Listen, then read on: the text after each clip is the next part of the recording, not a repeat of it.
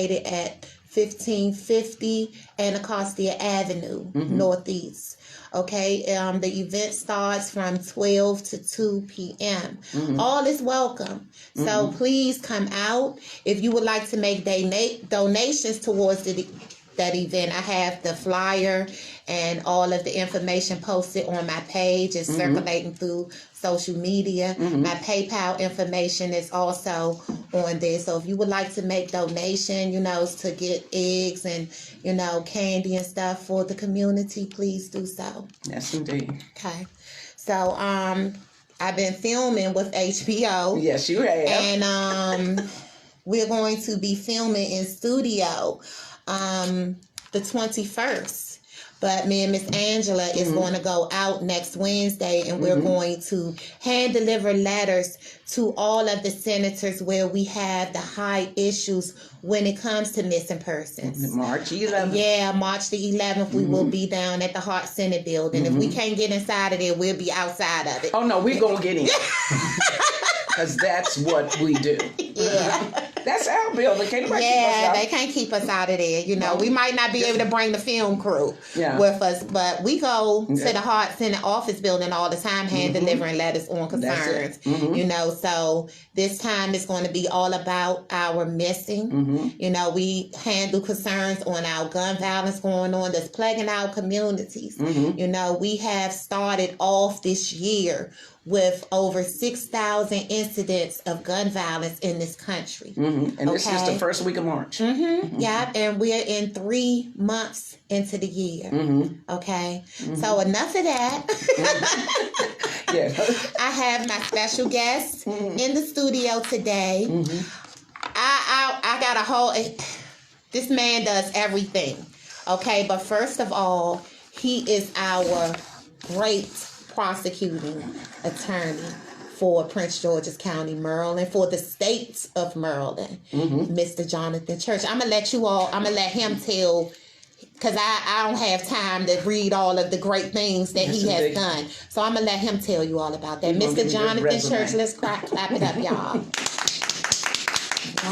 Good afternoon. Good afternoon. So I'm currently the chief of the homicide unit in Prince George's County. I work for Aisha Brayboy. The state's attorney appointed me as her chief about, let's say it was in December of 2017, so going into 2018. Okay. And that's what I do now. I've been prosecuting cases in Prince George's County since 2006. And prior to that, I was a police officer in Anne Arundel County, where I retired in 2006 and moved over into prosecution. So I've been fortunate enough for the past 10 years to be prosecuting mostly homicide cases in Prince George's County. So tell us the job of a prosecuting attorney. So it's interesting. In Prince George's County, and I'm not sure that every jurisdiction does it the way we do, but in Prince George's County, we get involved we work closely with the homicide detectives with Prince George's County Police, as well as the other jurisdictions, the municipalities, like Laurel City and Greenbelt City and so on. And we are given notice immediately when there's a homicide so that we can respond to the scene if necessary, to work closely with the detectives and making sure that we get the legal parts of things done, like search warrants and court orders and phone records. So if there's a murder... So not to cut you off, so our prosecuting attorneys, they go to the crime scene. When they can. I'm not going to say they go to everyone, but when they can come, yeah. Absolutely. Wow. I didn't know that. If it happens at 2 a.m, me or one of the prosecutors that's assigned gets a call and involved at 2 a.m. So you got to get up and go to work. Exactly. Wow. Exactly. And we try very hard to be involved from the start, because you become invested in what happens, and you're also part of the process as you see it go on and what develops over time. And it makes it, as Ms. Dixon will tell you, makes it easy for you in your head. You know the story, you've seen the things, you know exactly what happened and how it unfolds, and it makes it and then hopefully successfully result in the conviction of the one that committed the crime. I got a quick question. How did you move from police officer in Anne Arundel to prosecutor? Because prosecutor to me says police officer is enforcer. Right. Actually, police officers make the get over the end zone into the goal. All right. I went to law school while I was on the police department. I've been a police officer for 12 years and started law school. It took 4 years to go through. Right. So by my 16th year on the police department, I graduated from law school. Okay. And rode out my last 4 years till retirement. Right. And was looking for what I wanted to do, the next step, where I wanted that career to go. And Glenn Ivey was the state's attorney at the time and offered me a position in the office. And I love Glenn. And he had offered me the spot at the time with the state's attorney's office. And so I moved out of police work and into the other phase of criminal justice. That's something. What are some of the questions that are asked?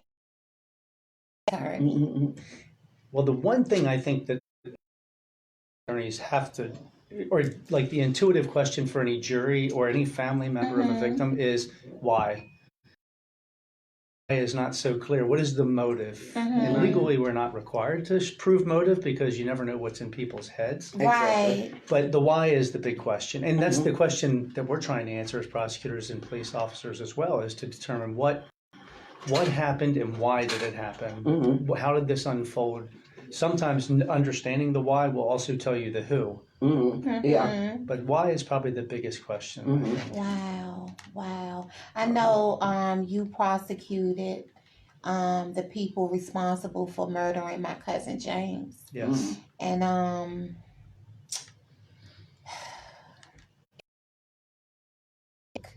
it was quick, to bring his murderers to justice. And I want to thank you for that. Thank you. In all of the cases that you have prosecuted in the state of Maryland, helping these families out because, advocating for the missing and murdered, a lot of times the families don't understand the process of prosecution. Right. I've been seeing a lot of cases where, these families are not getting justice in a sense, How hard is it prosecuting some of these cases? The difficulty sometimes comes with the lack of evidence in a lot of cases, or how sparse the evidence might be, because we're always looking for new ways to develop evidence to prove certain things. Okay. Fingerprints and DNA aren't always left behind, so it's not always going to be one of those things you can use using cell phone records and social media. But the difficulty is really gathering enough evidence to enough probable cause to charge, and then enough to take to a jury to prosecute. And it takes a creative mind. It takes a lot of work by the prosecutor and the police department as well. And then once a case is charged, the clock starts ticking. There are a lot of what we call discovery obligations. The state always has to be transparent in what it's doing and provide to the defense and defendant everything that we have. And even things we may not know necessarily that we have to find to provide to them.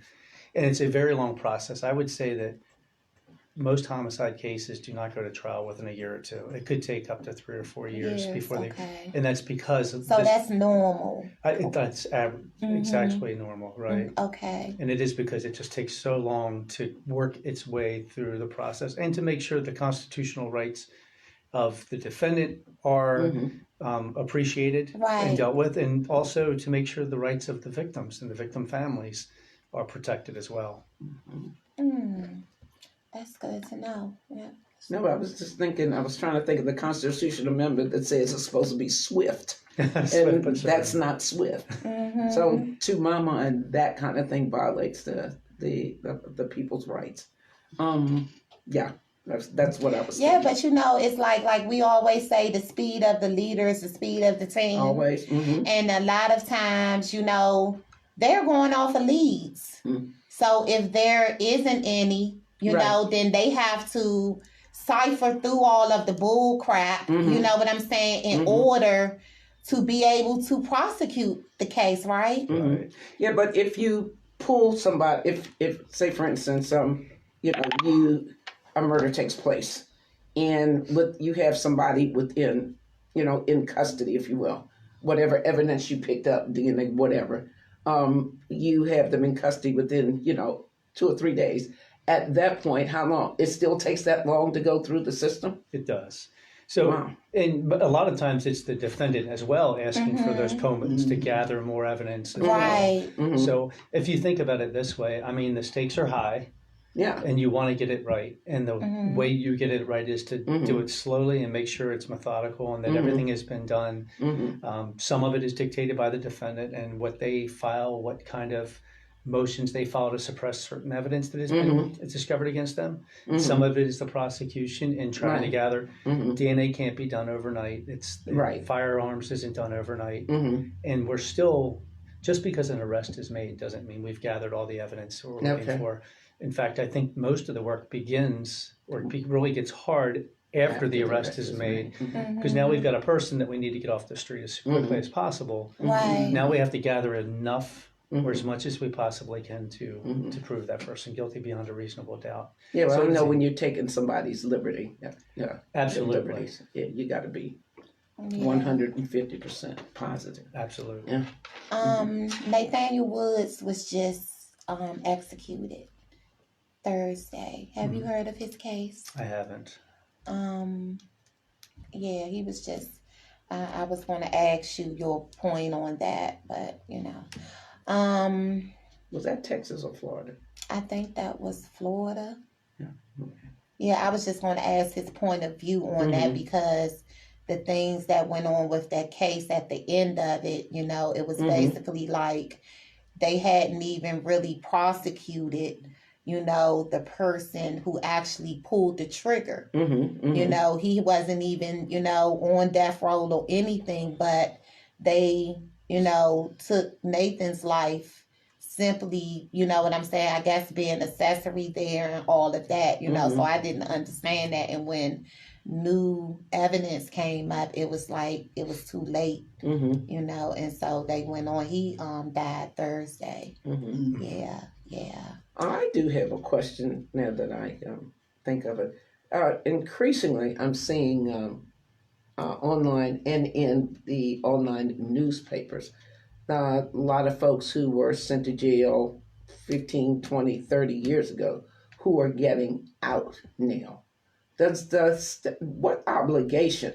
They're getting out because it was found that they did not commit the crime. Right. Do those kinds of things happen in the state of Maryland? And if so, what are the rights of that person after they come out? Can they sue the state? Does the state try to give them any kind of compensation, set them up, try to get their life straight, help them get their life straight?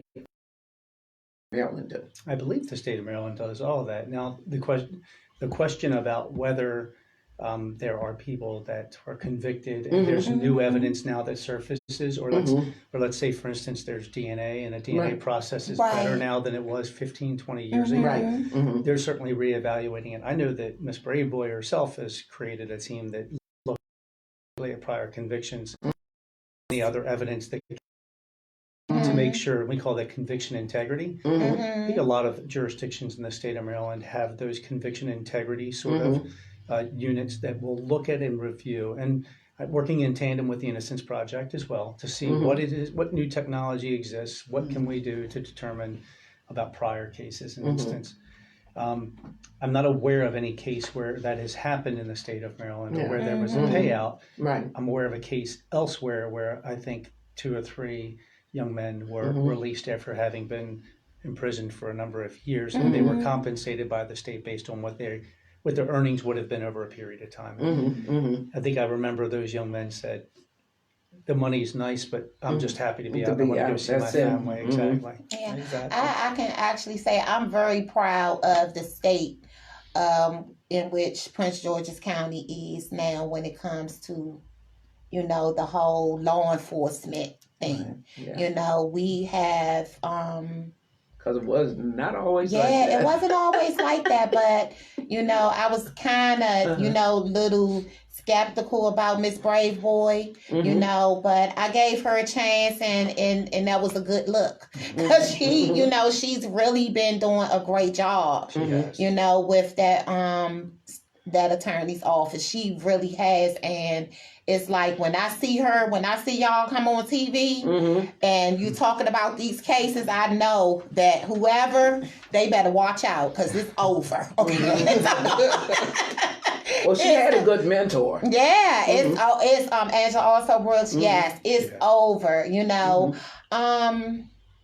how did we end our year last year when it comes to prosecuting cases and things of that nature? Like, we were very successful in our prosecution of cases, and the police department was very successful in its closure rate. I believe the closure rate for homicides was like 73% last year, which is just huge. Higher.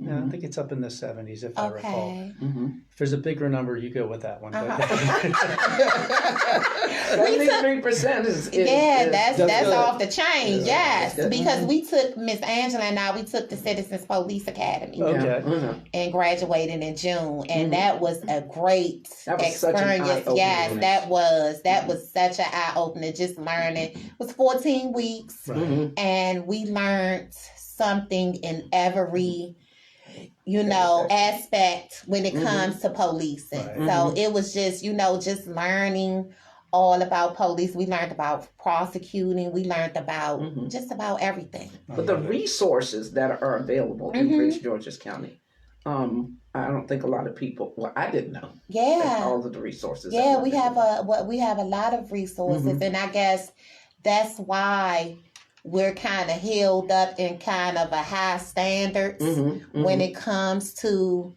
our county, and the way people look at it, like, because back in the day, people were scared to even cross that line. I remember the riots in 1968 when they were raising hell on one side of Eastern Avenue, and PG was just lined up. Don't come over here. Don't come over here with that nonsense. Yeah.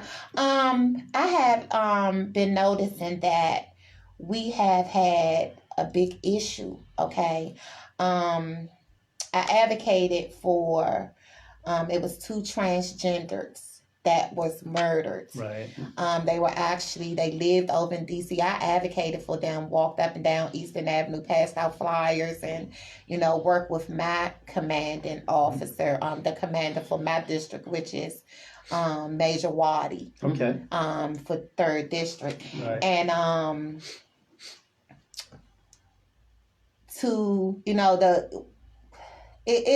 wanna word this right.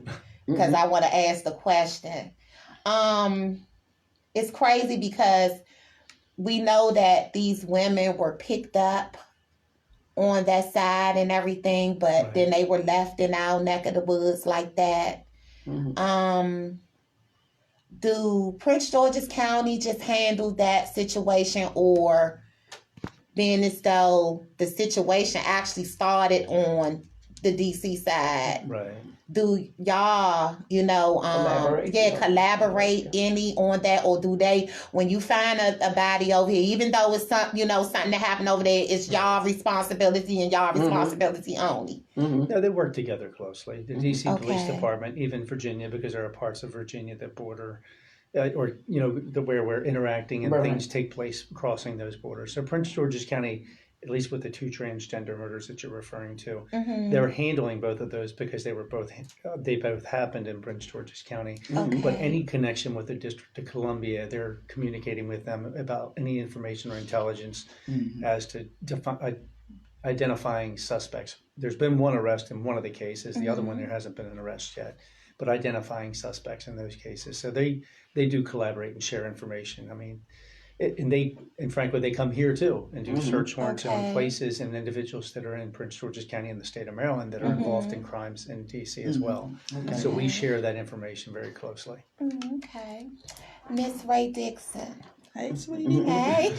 It is so good to have you in the studio. Like I said, it's been hard. I know. Working and everything. But I have in the studio also a mom of a gun violence victim.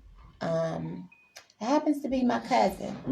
I'm going to let her tell the story because I don't want to talk too much, and I don't want to even start Yeah. I just want to say hi to everybody and thank you for having me on the show. It's truly an honor and it's a blessing to be here. As a mom of a person, a son who was just taken the way he was taken, and to have, after several years, justice and this person put in jail, my heart is just so lighter.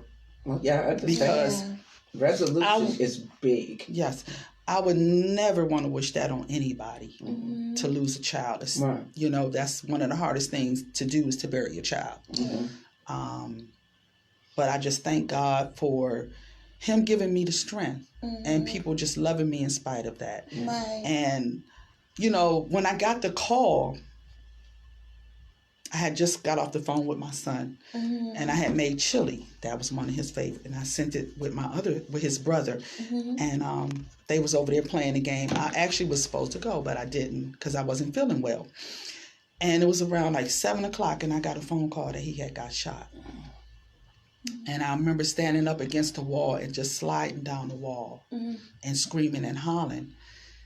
And I knew my son was gone before they even said he was gone. A mother knows something is not right.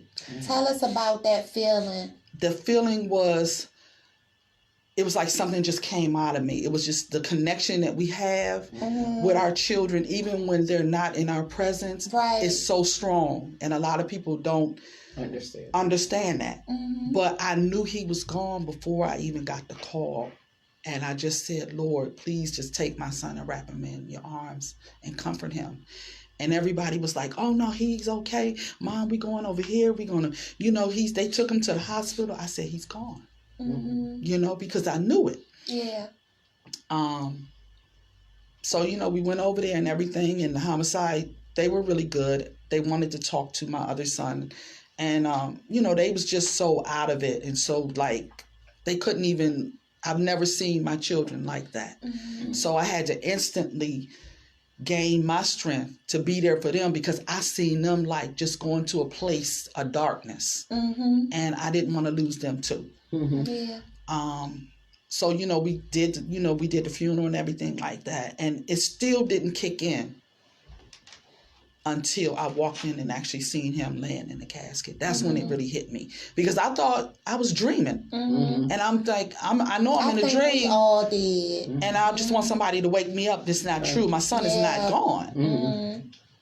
And I just remember just praying so much and crying and just praying and crying and praying and crying and just asking God for the strength to just, you know, comfort us and help me with my sons, because they were close, you know, and his daughter and, you know, his fiance, and she was pregnant. I didn't even know that at the time. Right. You know, and so we got through that, and then I found out she had my grandson. And, you know, my grandson, his son didn't even get a chance to know his father, to hold him, because my son was a wonderful father to his daughter. The day that he died, he had just dropped her off from school, and they had ate pizza and played basketball. And it was actually their 10th year anniversary, and they were going out. And I'm telling you, it was just one of the worst things that I could ever experience. You know, I thank God that I got through it. And I thank God for Mr. Church, because when, you know, after 2 years of keep getting postponements and, you know, delays, you lose that sense of hope. You lose that sense of, okay, they probably going to end up letting him go. So what am I going to do from this point? You know, but he told me, and, you know, at first when people tell you things, you're like, yeah, okay. But it was something about when he said it, and he said, Miss Dixon, I'm going to get this guy. I'm going to put him away for a long time. I believed him. You're making me cry. I believed him because I had nothing else to hold on to. You know, and for this man to not be judgmental, to treat my son with the respect, that makes so much. It made me look at not just him, But Mr. David Robinson, the homicide detective, he was awesome. He was awesome. And he told me, I'm going to get this guy. If it's the last thing I do, I'm going to get him. And to have people advocate for you in your worst time was amazing. But you did,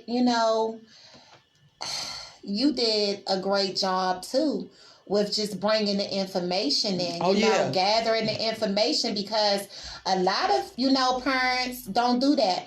Miss Cook, she remind me a lot of you. I can't even say you remind me of her. She remind me a lot of you. On how you did things. Soon as I got off the phone and they confirmed that my son was gone, I went on my laptop and I started pulling phone records and I started highlighting phone numbers and I seen phone numbers on there, like people calling my son at 1:00 and 2:00. So I highlighted all of that. I printed it out. I was trying to get the text messages, but I couldn't. And when I went to the detective like the next day, I had all this information and names and stuff, and he was looking at me like, and I was like, I don't know who this person is. And then one of the phone numbers that was calling that they were calling from, the day my son died, they changed the number. Wow. So the number changed, and I didn't see the number no more. So I said, y'all need to look at this, because either they changed the number or got rid of the phone, something. So I was like a detective on my own. A very good one. It's very important. It's very important. And you got to advocate, even in the midst of your pain, when for people out there who have lost a loved one, in the midst of your pain, you have to advocate. You have to just sit back and just tell the them, simplest things and you tell them, you let them know. That's right. I called that man every day with something. I know he was tired of me, but guess what? I wasn't tired. I was going to do this until I closed my eyes, And as far as the missing, I'm at a loss for words. I couldn't imagine having a child out there and not knowing what happened. It breaks my heart. It breaks my heart. There's so much stuff. And being a mom of a victim of homicide, I try to explain, to families of the missing and murdered community that these situations are totally different. When you have a murdered loved one, we have closure.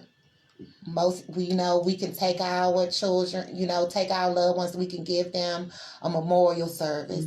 We can go and visit them. You know what I'm saying? Or some of us have them right on our, nice shelves and stuff, in irons and everything. But when it comes to a parent of a missing person, it's kind of, it's a thing where it's a never-ending closure. Yes. Until you're always in limbo. Yeah, you're always in limbo. I hate the fact that we live in a world where people try to divide the two. Right. We have situations. Back to you, Mr. Church. I'm gonna come back. But we had a situation. I was advocating for a young man, Marcus Shabazz. I'm pretty sure it probably ring. It does ring a bell. I advocated for him. He was a missing person. He started off as a missing person. Right. And he was found, I think it was 4 or 5 days later, out on a wooded area out on Iverson Place over there. Do you deal with cases like that where, people go missing and, then they are murdered? Is that, is those are both of are the individuals charged with both, far as like the person going missing and, end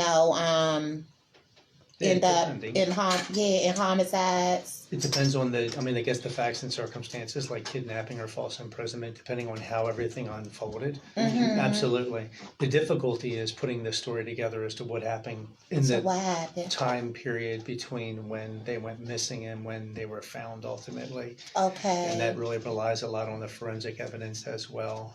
There are ways to determine particular times of death and so on, phone records that will in particular give us some information as to what happened. And I think I recall a case similar to that where a young man who was a community activist in Alexandria, Virginia, was kidnapped, and they found his body 6 months later in a well in Fort Washington.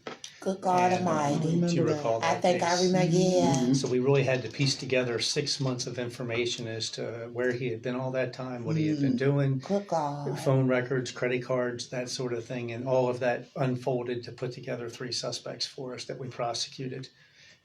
One of the suspects that was prosecuted, Tyrone Lewis, I think he's doing life without parole plus 140 years because there were just a bunch of things that transpired. So when you ask, did they get charged with everything? Absolutely. He and the other 2 men that he committed that crime with, the kidnapping and then the murder, certainly. What cases are considered, okay, when it comes to homicide? And you know how you put labels on it as capital murder, as first degree murder, second degree. How do you establish, what is what? Right. Well, I mean, so legally, it's easy to define. A murder, second degree murder, is killing somebody intentionally, and that's it, without premeditation or deliberation. What makes it a first degree murder is when there's premeditation or deliberation. In other words, if you've had time to consider what you're doing and you could choose not to do what you're about to do that commits or results in the death, that might be enough time to be premeditated and deliberate. Doesn't mean they have to come up with a plan or draw out a diagram or think about it for days or even minutes for that matter, but multiple gunshots sometimes are sufficient. If you've fired more than once, you could have stopped. You did not have to fire multiple times, and multiple times shows deliberation and premeditation. You've thought through the consequences of your acts. So that's the real difference. The other second degree murder sometimes is more of a heat of passion if you're in the midst of a fight and then something happens and you escalate it to deadly force, but that's all that happens. They stab, maybe a single gunshot wound. That would be more of a second degree murder. You meant to do it, but you didn't have the time and opportunity to deliberate and be premeditated. And manslaughter is like an accident. So there are 2 variations of manslaughter. There's voluntary and involuntary. So voluntary could be where you are acting in what you think is self-defense. We call it imperfect self-defense. Right. So if you honestly believe you're in danger, but it's unreasonable to believe that you're in danger, and you take the life of another, a jury or a judge could conclude that that's voluntary manslaughter. You meant to do it, but you had an honest but unreasonable belief that you were in danger. Right. Then involuntary manslaughter is where you're just doing something completely reckless. You don't plan on killing anyone, but it results in death. And let's say you drive a car through a crowded park and you hit somebody, but you didn't mean to hit that person. That's probably a better example of what involuntary manslaughter is. Exactly. Do we have capital murder here? We don't. We have first and second degree murder. Okay, so no one could be charged.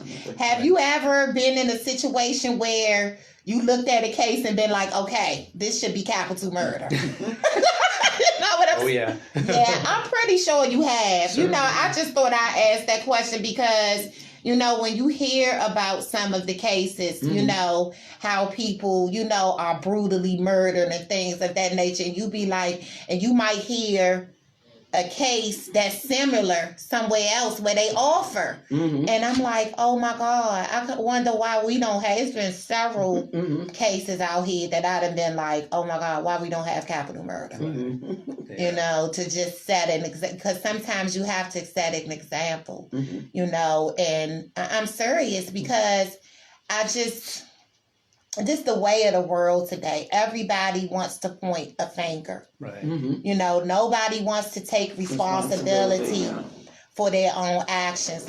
We're living in times right now where we have 26,000 unsolved murders, in this country. And 18,600 of them are Black people. Right. Yeah. Okay. Yeah. What are your thoughts on that? Just what is your, I mean, my thoughts are, at least as being a homicide prosecutor, and even as a police officer, is there is a profound, just no more caring about life. There's no appreciation for life for one another.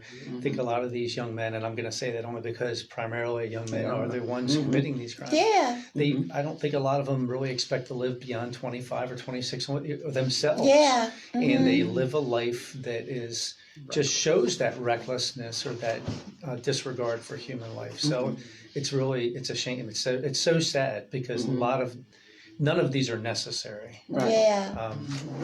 It's just What can we do, Mr. Church, as the community, as, voters, registered voters, as people who, leaders? I think I'm a leader in my community, people that want change. Right. What could we do to help? Because we know that it's not a lot of laws put into place. That's what we've been trying to push, with some of, these cases. Just, you look and you say, if, like with the case with Alicia Rudd right now, knowing that the man that was responsible for, taking her, he has killed himself, killed his wife and everything. But we have to think about, how did she get in that situation? Absolutely. Okay. How did she get in that situation? That's the question that I ask all the time. I mean, I know how she got there, but how come nothing has been done about that? Yeah. Why have no one else been charged?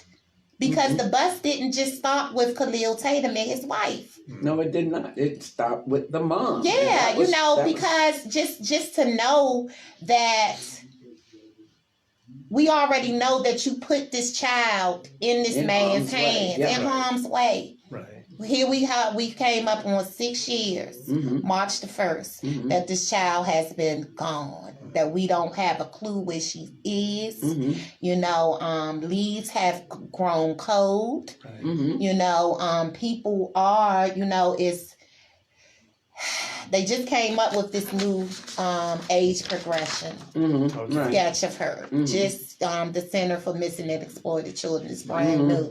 And so it's still, hope that she's still out here and someone just has her. But then when you look at how things are being handled when it comes to her case, the fact that it's in homicide right now. Right. Homicide detectives are handling this as well as missing persons. You know what I'm saying? You kind of think, because we've had some situations like with Pamela Butler, who went missing, and her body has never been found. But the person who's responsible for her disappearance, he's in jail, and they had to put a plea bargain down on the table in order, for him to tell them where their loved ones was at. Right. And even though that didn't pan out, you know what I'm saying? And just the fact that, I know the family is fighting to try to change that. I don't know how that's going to happen, but maybe it is some chance that it can happen. The same thing with Unique Harris. She has been missing for 10 years now. From my understanding, they have someone arrested for it, but they still have not found her body. And they had to wait. I want to ask this question too. Usually, like with Relicia, she's coming up on 6 years. With Pamela Butler, they basically waited 8 years, I think, to say, she's most likely deceased and alive. Why is that? I guess because of the time and the proximity, maybe some of the facts and circumstances. I guess, I don't think you ever want to take hope away from a family, right? Right.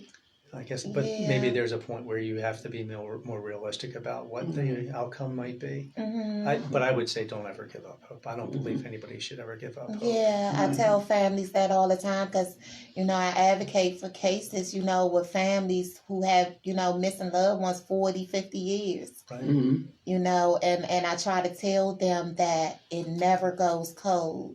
It's not like, you know, that case, they just want to wipe that case out and just forget about your loved one being missing, you know, after 40-some years. It's always going to be somewhere, you know. Now, as far as like having leads on it, that's another horse of a different color. But I know a lot of times I'm learning that with these cases, they are going back and they're revisiting old leads. Absolutely. You know what I'm saying?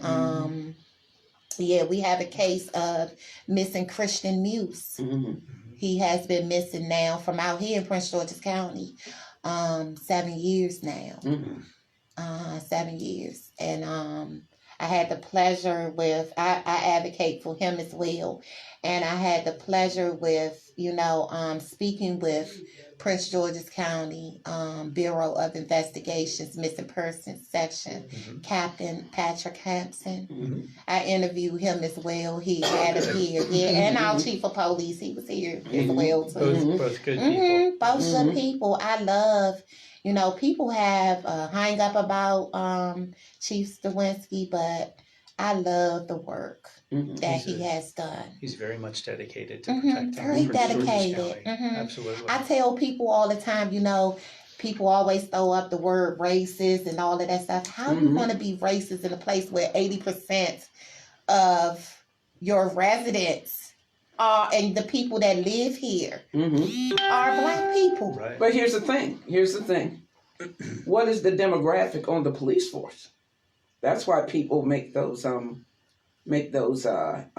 allegations, because I don't. It's the percentage, as far as I understood it. But this was a couple of years ago. It was very low in terms of you have more Hispanic and white than you do Black folks on the Prince George's police force, and the county is predominantly. I mean, it's not overwhelmed. There's a lot of Black people out here. But you know, in some situations, like when I, you know, you know, incidents where police are called, usually time, you know, I don't know if it's because of the district that I live in, but Black officers come. You know what I'm saying?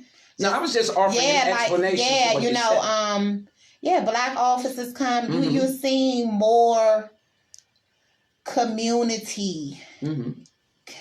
Well, for me, when I call the police, I don't care what color it is. Yeah, you're seeing more community clicking, you know, when it comes to the police in the community. Yeah. You know, like I learned in, you know, Citizens Police Academy, how in the hell are they going to shoot you if they know who you are? Exactly. You know what I'm saying? That's what they do. And And this is why a lot of people are standoffish from the police, because they have that mentality from the 60s, 70s, and 80s of what happened out here. But people need to be encouraged to go meet that commander in their district, because just like you said, when they know you, they will try to talk to you. Yeah.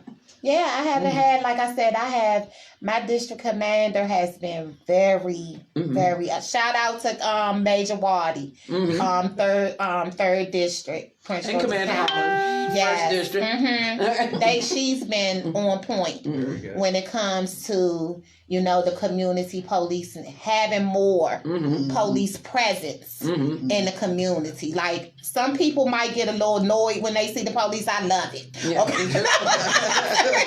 I love it. I'm serious. When, you know, especially, you know, it's kind of like that classroom teacher when, you know, in the 60s and 70s when you could issue that corporal punishment. Yeah. Not that anybody wanted to beat you up, but that was, you know, it was a deterrent, you know. Yes. Now, for a second, talk to these families of murdered victims who are going through the trial processes right now.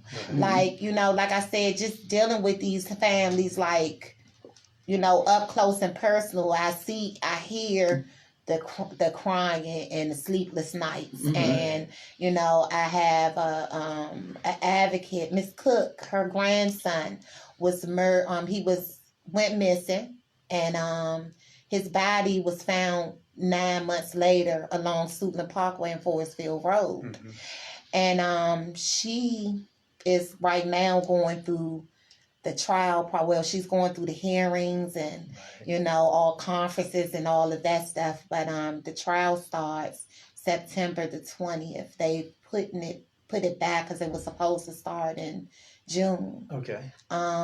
She's having a hard time, and it's a lot of them Right. that are having hard times right now. They're going through that process, like you went through it. You know what I'm saying? And it's a difference, you know. It's totally different when it comes to prosecuting and all of that stuff in court, how things are handled. Because her grandson, he was 22 years old, and you know, he was trying to figure out what he was going to do in life. Right. Got it together, you know, got it all figured out, and bam, you know. And so just to go to court and to hear how they eat him alive, like as if he's the criminal. He's the criminal. You know, and then these families have to hear that, and then you hear, you know, like I done been standing next to her, and I done heard them tell her, well, just be happy about any time that we get them. You know, when they have those type of things to say to, you know. Right, that's not right. Tell the families, you know, just something to look forward to. Sure.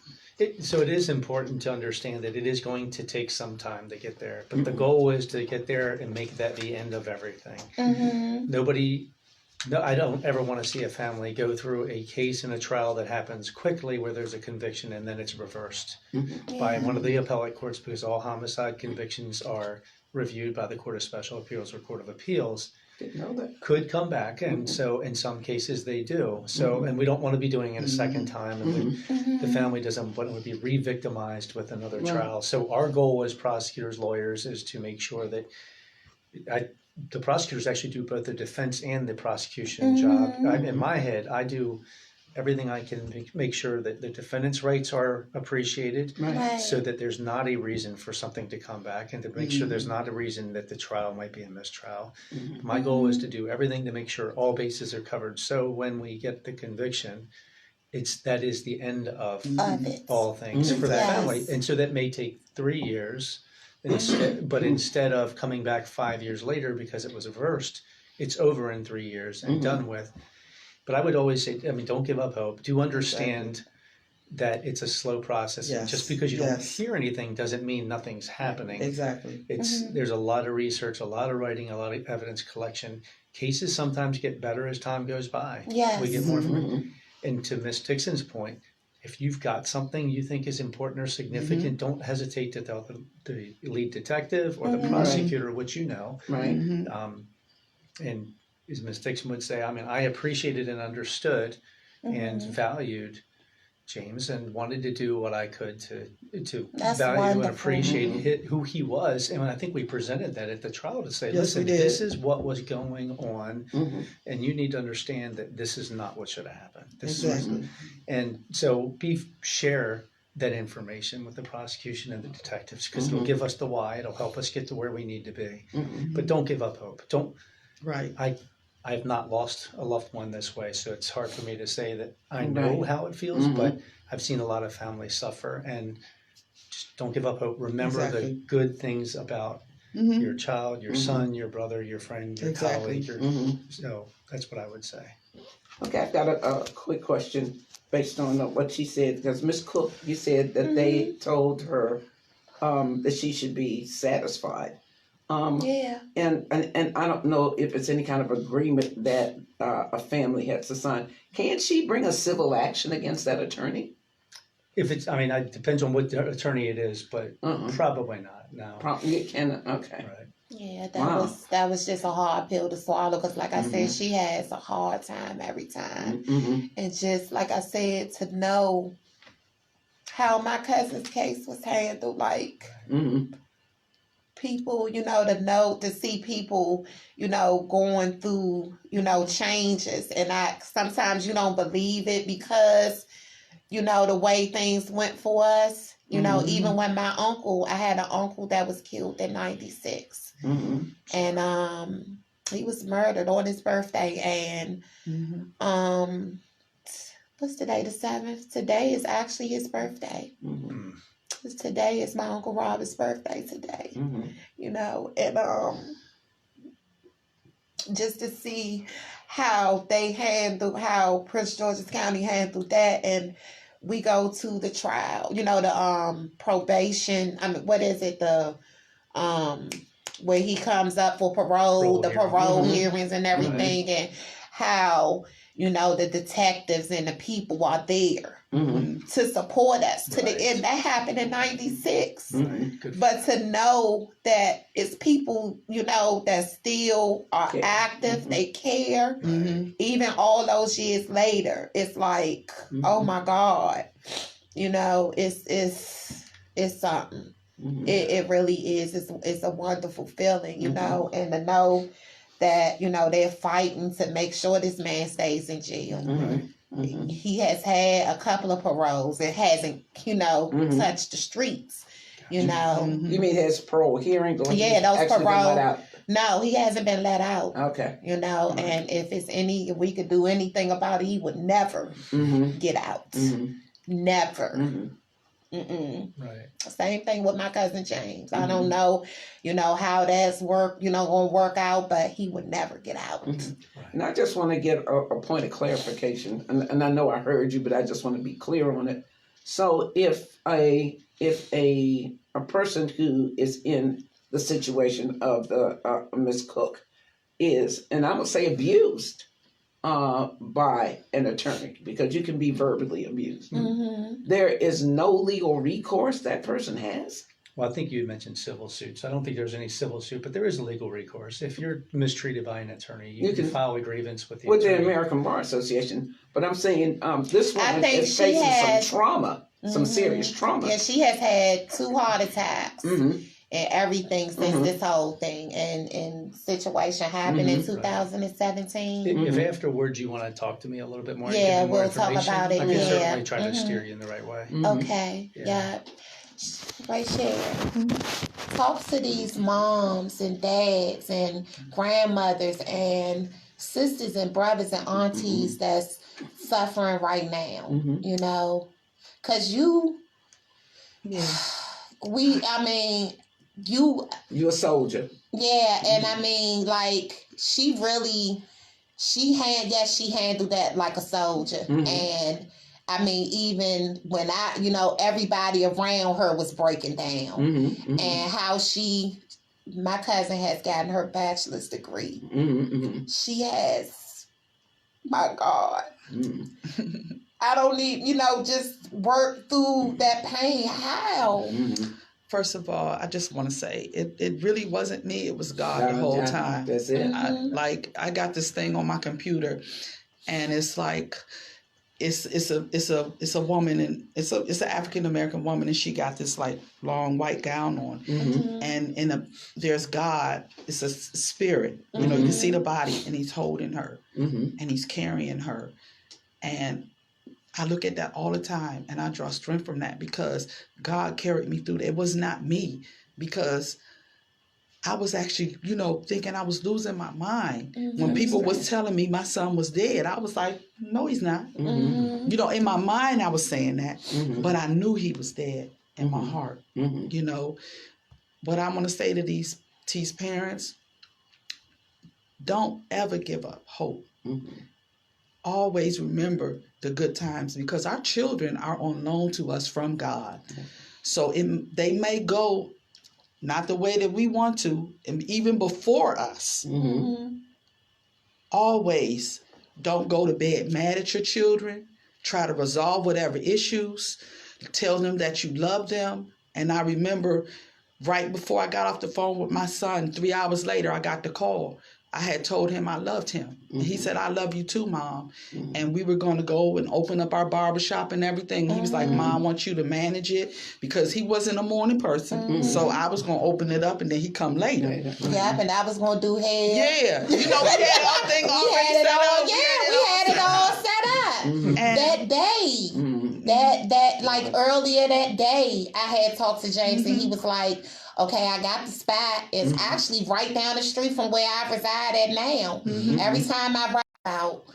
And I just want y'all to know that I pray for so many people. It's a lot of people I just pray for I don't even know, so that they that strength to go on, because our loved ones, when we lose them, they don't want They want to see us uplifting. They want to see us positive. They want to see us enjoying life, because life is just too short. And I refuse to let the man that took my son take everything from me. He took my son, but he was not going to take me with him. And I refuse to do that. I refuse to give him that kind of power and that kind of energy, because he didn't deserve it. And I had to forgive this man. And I'm telling you, that was the hardest thing I had to do. I had to forgive him, and it was never for him. It was for me, so that I could receive my blessings and move forward. I spoke to his father after the sentencing, and you're talking about the guy who killed his father, and that man was this person came from a good family. You understand? He came from a good family. Not to say that a bad family, but he just chose to do things that was just. He was just crazy. Life is choice driven. Right. And as I'm listening to you talk, I think of a song my choir sang last Sunday, Take It to the Lord in Prayer. And the line that just resonates with me, what peace we often forfeit, what needless pain we bear. Yeah, I'm listening to you.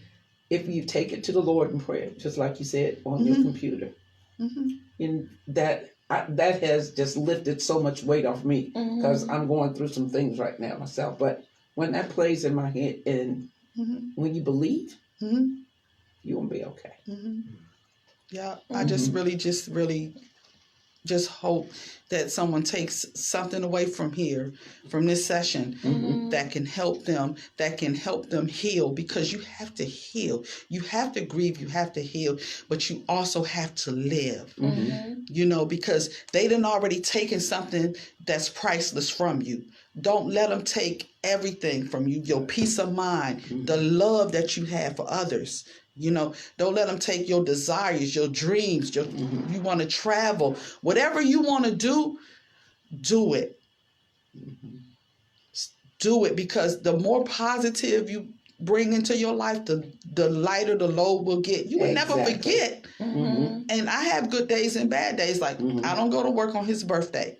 I go to work on my birthday, but not his birthday. Right. And it's times when I get depressed and I cry and I miss him, and I look at his picture every day. Look at them grandbabies. And I look at my grandkids, and I didn't just lose my son. His fiance, she died from cancer. So I got grandkids that don't even have they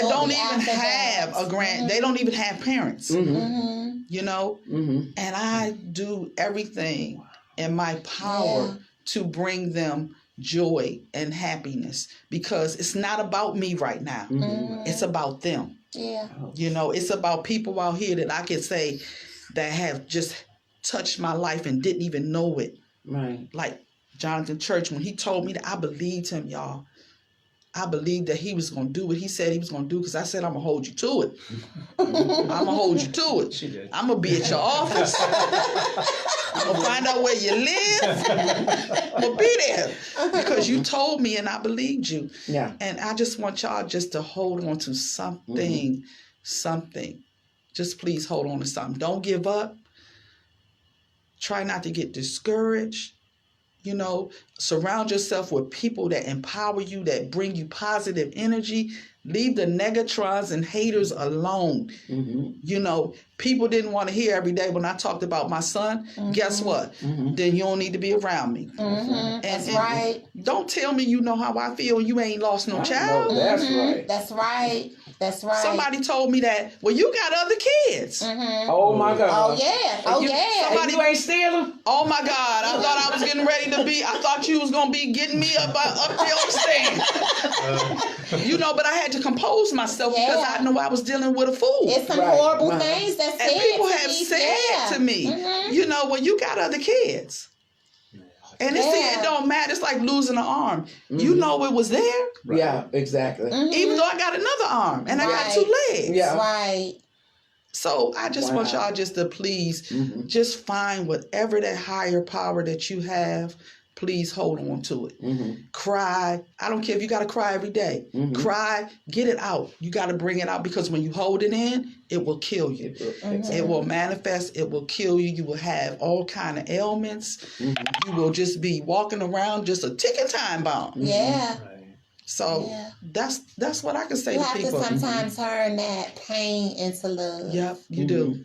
That's a good way of putting it. Yeah, you turn that pain into love. That's what I tell a lot of, the families and stuff. Just find some way. I'm not going to say that it's going to happen overnight, because God knows I still grieve. Take time. I still grieve. And it's like, no, he wasn't my son. You know what I'm saying? But that was my cousin brother. Them two? Yeah. Oh, Lord. And so, and just to elaborate off of what you were saying, just the pain that the rest of the family feel. Like, I couldn't even go to the funeral.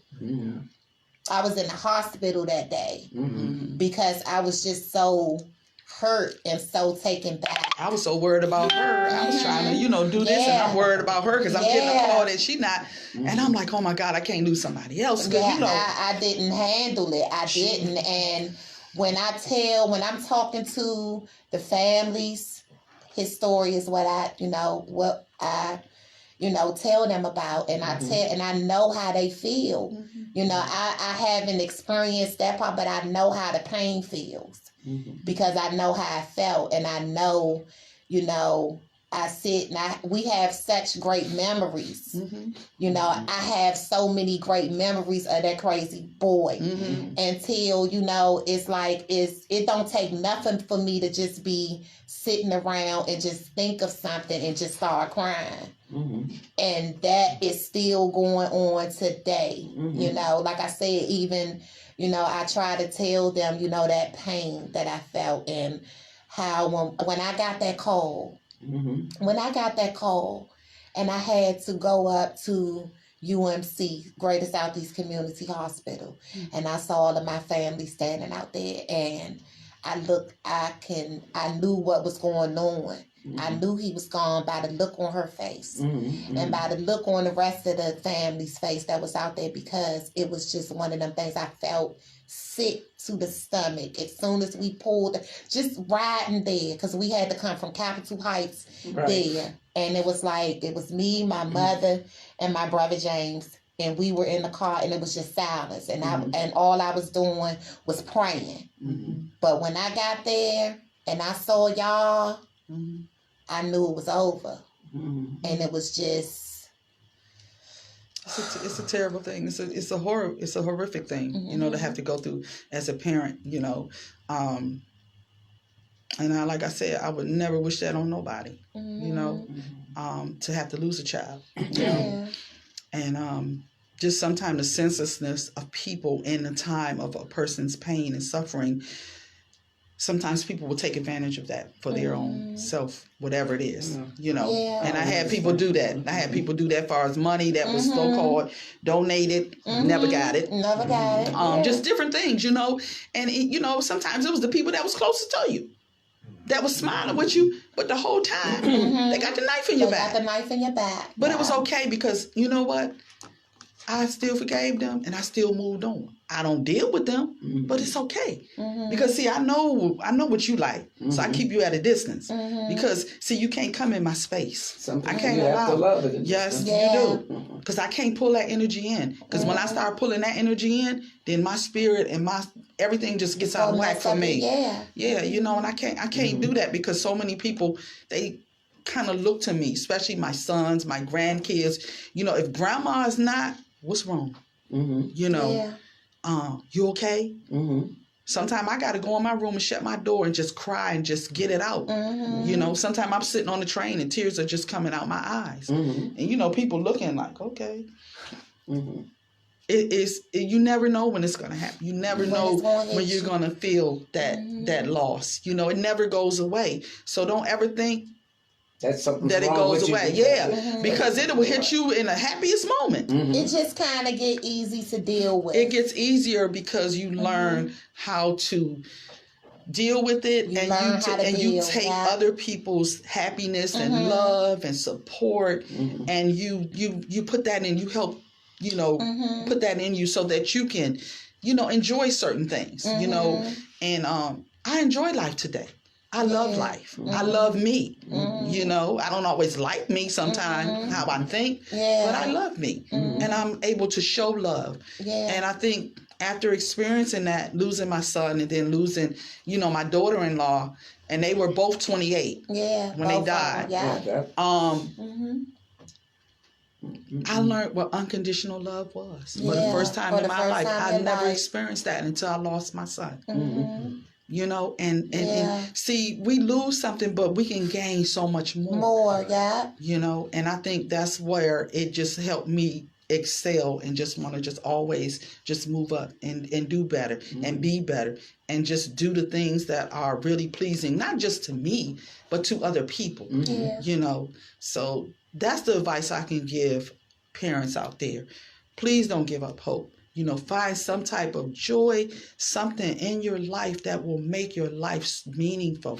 Never forget your loved ones. If you got to look at a picture, you want to cry, do it. Don't be ashamed of when you got to do that. Because I know some people, if I get tired of people crying around me and sad around me, okay, well, don't go around them. Because you don't know what people go through. You don't know what people go through, People at work didn't even know I was going through a lot of stuff because I didn't show it. I would go in my office and cry. I just looked at you, and I'm like, and then the more I call them PowerPoints because you was doing it, and you was evolving, and you was just. It helped me grow. You know what I'm develop saying? As a woman just seeing find all myself. of that in the mix of everything she was going through. I just sat back. I thought I'm gonna tell you something. I said, yeah, she gonna snap. I said,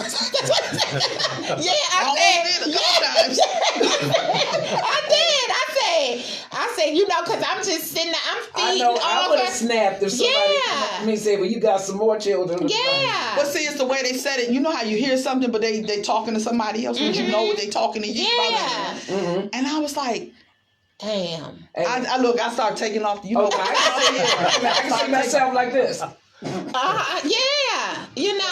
It's people just don't have, nothing nice to say. That's why, even like I'm learning being an advocate. There's certain things that it's just not about passing no flies around and going to these court cases with these parents and, all of this type of stuff. I'm learning bereavement. How to talk to these parents, what to say, what not to say. You know what I'm saying? It's all like that's what I'm taking a class for that right now. Just to learn how to exactly because that's so important because you can say the wrong thing and it can be a whole nother situation. I don't want to say because you keep on saying I'm sorry. I mean, damn, how many times, you know what I'm saying, are you going to say sorry? So I had to get out of that I'm sorry stuff and learn other things to say. Not even I know what you're going through. That's somebody's people's famous line, them advocates' famous line. Oh, I know what you're going through. No, you don't. You know what I'm saying? So it's like I tell advocates all the time because we're uniting. It's a whole nation of us, and we're standing up for these missing and murdered victims. We're standing up. We're not backing down. And a lot of us are not stuck on stupid anymore. We're not believing the hype. We're not sitting up here finger pointing.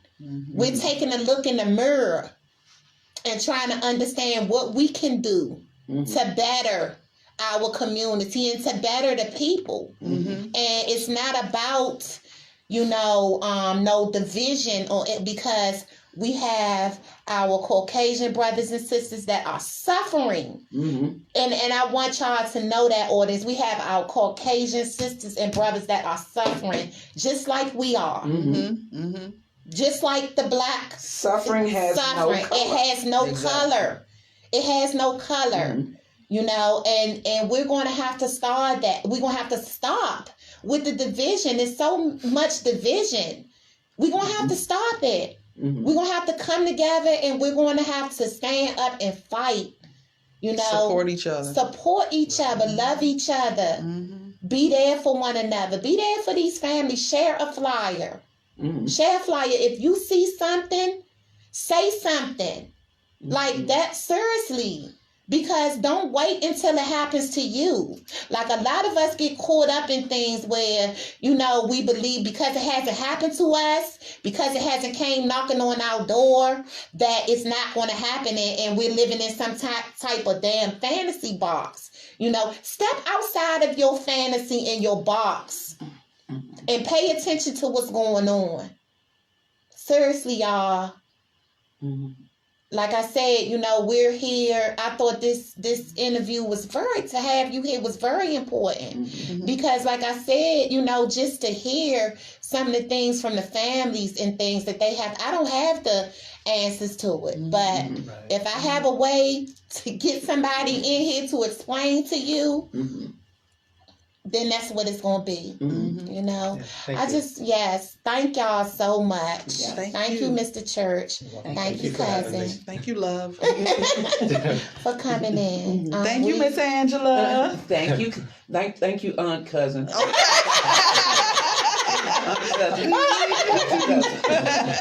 Honey, we sisters, okay? Yeah. Sisters. Yeah. We're going to take a quick break and we will be right back. That's good. I just want to say thank you. Thank you so much. That was God. Because I got to take pictures, y'all. So this live about to go off for a second. I'll be right back, y'all.